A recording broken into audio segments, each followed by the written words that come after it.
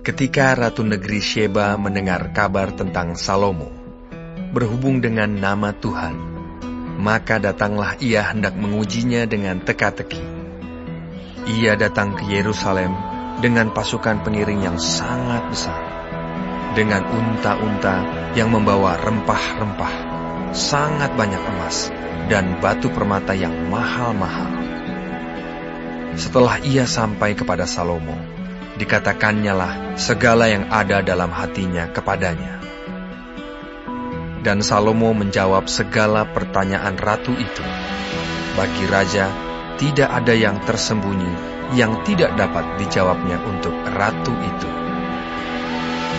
Ketika Ratu Negeri Sheba melihat segala hikmat Salomo dan rumah yang telah didirikannya, makanan di mejanya, cara duduk pegawai-pegawainya, cara pelayan-pelayannya melayani dan berpakaian, minumannya dan korban bakaran yang biasa dipersembahkannya di rumah Tuhan, maka tercenganglah ratu itu, dan ia berkata kepada raja, "Benar juga kabar yang kudengar di negeriku tentang engkau dan tentang hikmatmu.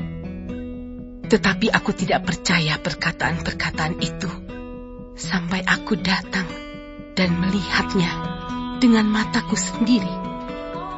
Sungguh, setengahnya pun belum diberitahukan kepadaku. Dalam hal hikmat dan kemakmuran, engkau melebihi kabar yang kudengar. Berbahagialah para istrimu, berbahagialah para pegawaimu ini yang selalu melayani engkau dan menyaksikan hikmatmu. Terpujilah Tuhan Allahmu yang telah berkenan kepadamu sedemikian, hingga ia mendudukan engkau di atas tahta kerajaan Israel. Karena Tuhan mengasihi orang Israel untuk selama-lamanya, maka ia telah mengangkat engkau menjadi raja untuk melakukan keadilan dan kebenaran." Lalu diberikannya kepada raja 120 talenta emas dan sangat banyak rempah-rempah dan batu permata yang mahal-mahal. Tidak pernah datang lagi begitu banyak rempah-rempah seperti yang diberikan Ratu Negeri Sheba kepada Raja Salomo itu. Lagi pula kapal-kapal Hiram yang mengangkut emas dari Ofir, membawa dari Ofir sangat banyak kayu cendana dan batu permata yang mahal-mahal. Raja mengerjakan kayu cendana itu menjadi langkan untuk rumah Tuhan dan untuk istana raja, dan juga menjadi kecapi dan gambus untuk para penyanyi. Kayu cendana seperti itu tidak datang dan tidak kelihatan lagi sampai hari ini. Raja Salomo memberikan kepada Ratu Negeri Sheba segala yang dikehendakinya dan yang dimintanya, selain apa yang telah diberikannya kepadanya, sebagaimana layak bagi Raja Salomo. Lalu ratu itu berangkat pulang ke negerinya bersama-sama dengan pegawai-pegawainya. Adapun emas yang dibawa kepada Salomo dalam 1 tahun ialah seberat 666 talenta. Belum terhitung yang didapat dari saudagar-saudagar dan dari pedagang-pedagang dan dari semua raja Arab dan bupati-bupati di negeri itu. Raja Salomo membuat 200 perisai besar dari emas tempaan. 600 shikal emas dipakainya untuk setiap perisai besar. Ia juga membuat 300 perisai kecil dari emas tempaan. 3 mina emas dipakainya untuk setiap perisai kecil. Lalu raja menaruh semuanya itu di dalam gedung hutan Libanon. Juga raja membuat tahta besar dari gading yang disalutnya dengan emas tua. Tahta itu 6 tingkatnya. Pada tahta itu ada di sebelah belakang sebuah kepala bundar, dan pada kedua sisi tempat duduk ada kelek-kelek. Di samping kelek-kelek itu berdiri 2 singa. Sedang 12 singa berdiri di atas ke-6 tingkat itu sebelah menyebelah.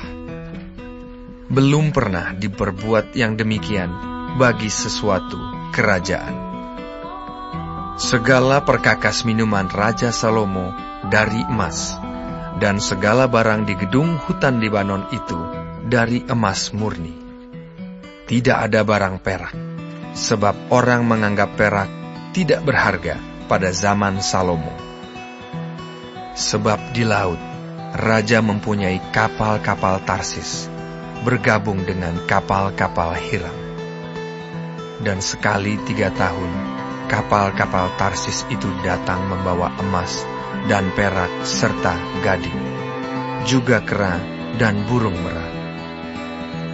Raja Salomo melebihi semua raja di bumi dalam hal kekayaan dan hikmat. Seluruh bumi berikhtiar menghadap Salomo untuk menyaksikan hikmat yang telah ditaruh Allah di dalam hatinya. Mereka datang masing-masing membawa persembahannya, yakni barang-barang perak dan barang-barang emas, pakaian, senjata, rempah-rempah, kuda dan bagal, dan begitulah tahun demi tahun. Salomo mengumpulkan juga kereta dan orang berkuda, sehingga ia mempunyai 1.400 kereta dan 12.000 orang berkuda, yang semuanya ditempatkan dalam kota-kota kereta dan dekat raja di Yerusalem.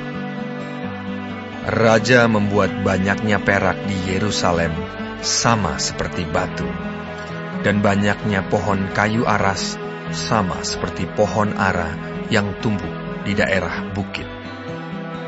Kuda untuk Salomo didatangkan dari Misraim dan dari Kewe.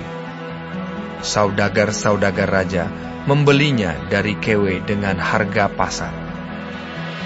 Sebuah kereta yang didatangkan dari Misraim berharga sampai 600 sikal perak, dan seekor kuda sampai 150 sikal. Dan begitu juga, melalui mereka, dikeluarkan semuanya itu kepada semua raja orang Het, dan kepada raja-raja Aram.